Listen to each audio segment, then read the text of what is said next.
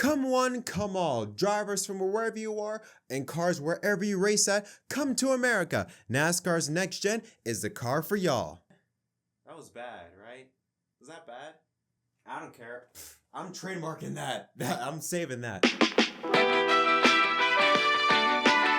Yo, what is up, everyone? My name is Jet. Welcome back to an episode of Inside the Lines. We're going to have a double episode or double upload for y'all today, so make sure you're on the lookout for later today's episode.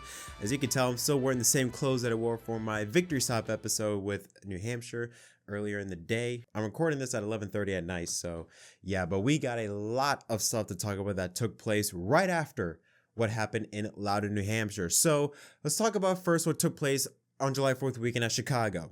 Supercars driver from New Zealand, Shane Van Gisbergen, who won his very first NASCAR Cup Series race and his first start on the streets of Chicago, becoming the first driver in, I believe, 60 years to accomplish that feat.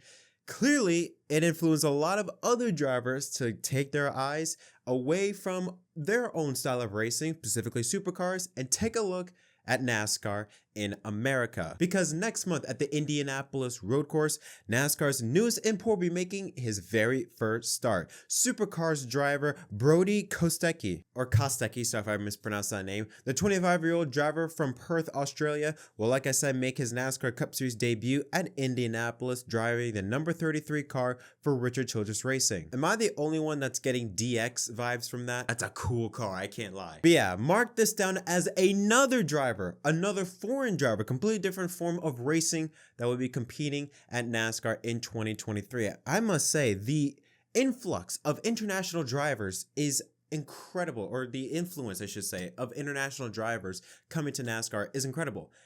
At the Indy road course, keep in mind already, last month or so, it was already announced that Japanese driver Kamui Kobayashi will be competing under the 2311 Racing banner, driving the 67 Toyota car at Indy. We know how skillful he is. We know how much of a world-class driver he is in sports car racing. He was a former F1 driver. He even got on the podium in his home country in Japan in the Japanese Grand Prix. So we know how much of a world-class driver he is. Keep this in mind. Not only do we got Kamui Kobayashi, now we got Brodie Kostecki. So we have an Australian driver. We have a Japanese driver. We also have a British driver, Jenson Button, a former F1 champion, racing at the Indy road course. And by the way, also Daniel Suarez, a Mexican driver, and American driver. So we have 5 nationalities, at least 5 different types of nationalities competing at the Indy road course, at least from what I can remember. But yeah, not only that, we also had earlier in the year, we had Kimi Räikkönen at COTA. I mean, say what you want about the next gen car, and there was a lot of issues with it. I get it. One thing you cannot deny, that none of this would have ever happened under the Gen 6 banner. Now, it is kind of interesting because the way I look at it is kind of like history repeating itself. Because if you remember back in the mid-2000s when NASCAR introduced the COT car, was around the same time we saw the open wheel invasion, where we saw drivers like Sam Hornish Jr., Juan Montoya, AJ Allmendinger, Patrick Carpentier, and Dario Franchitti, most notably. Tons of open wheel drivers, international drivers, come to NASCAR. But this year it's different because these are drivers that are going to be in top equipment. Shane Van Gisbergen in Project 91, Trackhouse Racing. Räikkönen, Trackhouse Racing. Now, Jenson Button is an SHR/Rick Ware equipment, so I don't know how good that really is, depending on how bad SHR has been this year. But now we're going to have Brodie Kostecki in a RCR car, the same team that won the Indy road course last year, and Kamui Kobayashi in a race-winning team at 2311 Racing.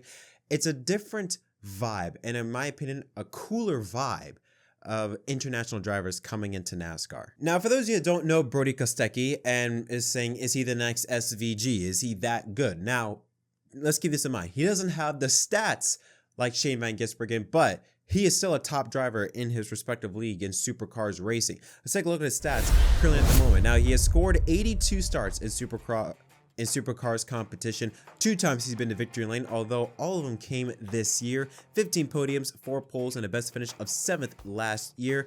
But important to know this is very important. First off, the team that he's with, Erebus Motorsport, hasn't been compared, if you look at the stats, hasn't been like a very top team, but with the new introduction of the Gen 3 car and the Camaro ZL1, they have figured it out. And currently at the moment, Brodie is 2nd in the point standings, just 7 points behind the lead. So he is not too shabby of a driver. And if you've seen his highlights, as I have, I watched some of his highlights, wow, he is fun to watch. I I've I gotta say this about supercars drivers.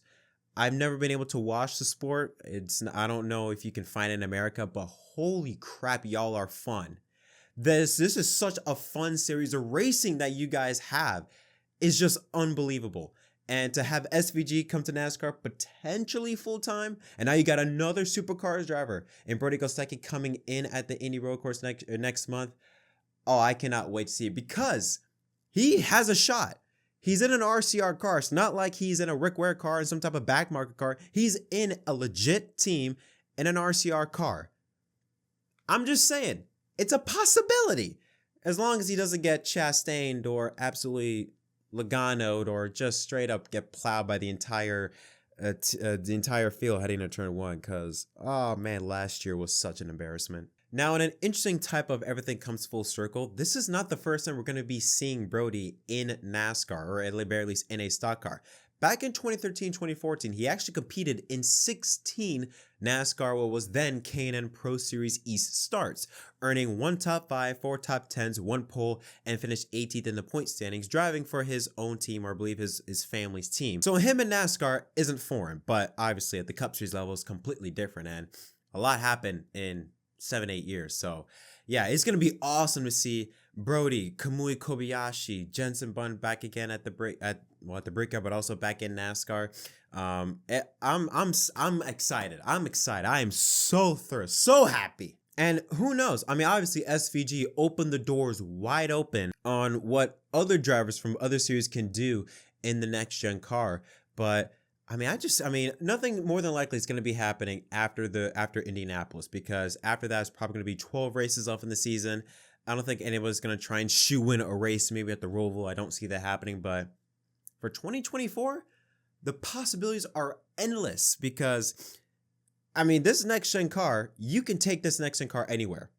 That's the thing I love about this new car. It's NASCAR's most technologically advanced car. And this is why.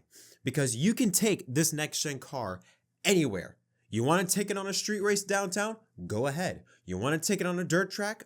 Go ahead. You want to take it in the middle of a football stadium? That'll do. You can take this car anywhere probably in the world. And apparently, at least according to some of the foreign drivers that have competed in NASCAR, they love it. They love the feeling of the car. So I'm just saying, 2024, 25, the possibilities are endless to have even more international drivers not only do one-off appearances, but potentially full-time rides. And speaking of full-time rides, one full-time ride may be up for grabs in 2024. We're talking about Truex Jr., who won at the time of this recording, I believe 5 hours ago at New Hampshire. Now, him and retirement has always been in the loops the last 2 or 3 years. Truex is getting up there in age. He's in his mid-40s, around the same age we expect drivers in the Cup Series to retire nowadays. So him in retirement is nothing new. Now, there were a lot of talks about him leaving at the end of last year, but he obviously signed a 1-year contract and returned this year. Now, after his win, there were again talks about could this be the final year of Truex's career, and this is what he said. I don't know. I'm not sure. I was like, this sport isn't exactly what it appears to be sometimes. It takes a big commitment. My team is amazing. They deserve the very best driver, the guy that wants it more than anyone else. And I've been that guy. I want to make sure that if I come back, I'm willing to do that. It takes a lot. It's not just show up at the track, drive the car, go home. It takes a lot. It takes a lot of commitment. It's a lot of travel, a lot of time missing things with family and friends, and all those things that I've done for 25 years. Do I want to keep doing it? And am I willing to sacrifice all those things again for my team? So that's just what I've been thinking about. I don't know that running good and winning makes a difference. It would be pretty awesome to win the championship and walk off into the sunset. I wish I had more time to figure out what I want to do next year, but I don't. So I'll know soon and you'll know soon. So again, lots of interesting words from Truex Jr. Not confirming anything, but also not denying anything. Kind of keeping people in limbo. Now, what's interesting about this is that we are coming up near the end of July. There is not much time left for a decision to be made. Now, more than likely, if a decision were to be made about MTJ's future, we would know about it weeks later. Hypothetically, we will probably know MTJ's news maybe a month or so after his decision. There are going to be internal discussions because obviously, if this is MTJ's final year, you have to prepare for the future without him behind the wheel. Let's play hypothetical for a second. If this were MTJ's final year, who would take over? The first, and I think obvious suspect, is John Hunter Nemechek. He has been stout in the Xfinity Series, just won at New Hampshire, and I believe won last weekend at Atlanta. So he is on it this year in 2023. Clearly, the people at TRD and Toyota, they really like him. So him going up to the 19 car in 2024, replacing Mark Truex Jr. wouldn't be that far of a stretch. It would be the most obvious option. But again, it all comes down to what MTJ thinks. I do gotta say though, the time is ticking because we're in July. We're coming up near the end of July. There's not much time left. So, I would assume that if we were to get any news about MTJ's future, it'd probably be in about maybe a month and a half. This is just speculation. I'm just assuming because you don't want to do it, I don't think, during the playoffs. I don't think you want to do that because then that might take some focus away from the job at hand. And you also don't want to do it so late that you want to be able to give the team time to prepare for the new driver coming in and taking your spot. So going to be very interesting to see what will take place in 24 at the JGR team and what happens to the 19 car. I mean, hell, who knows? Maybe Joe Gibbs will pull a hat out of his ass and just sign SVG. Hey, I ain't gonna complain about that. But that's it for my thoughts on today's episode. What are your thoughts? Let me know in the comment section down below. Don't forget to leave a like and subscribe for more content. Until next time, my name is Jet from MBK. Thanks for watching.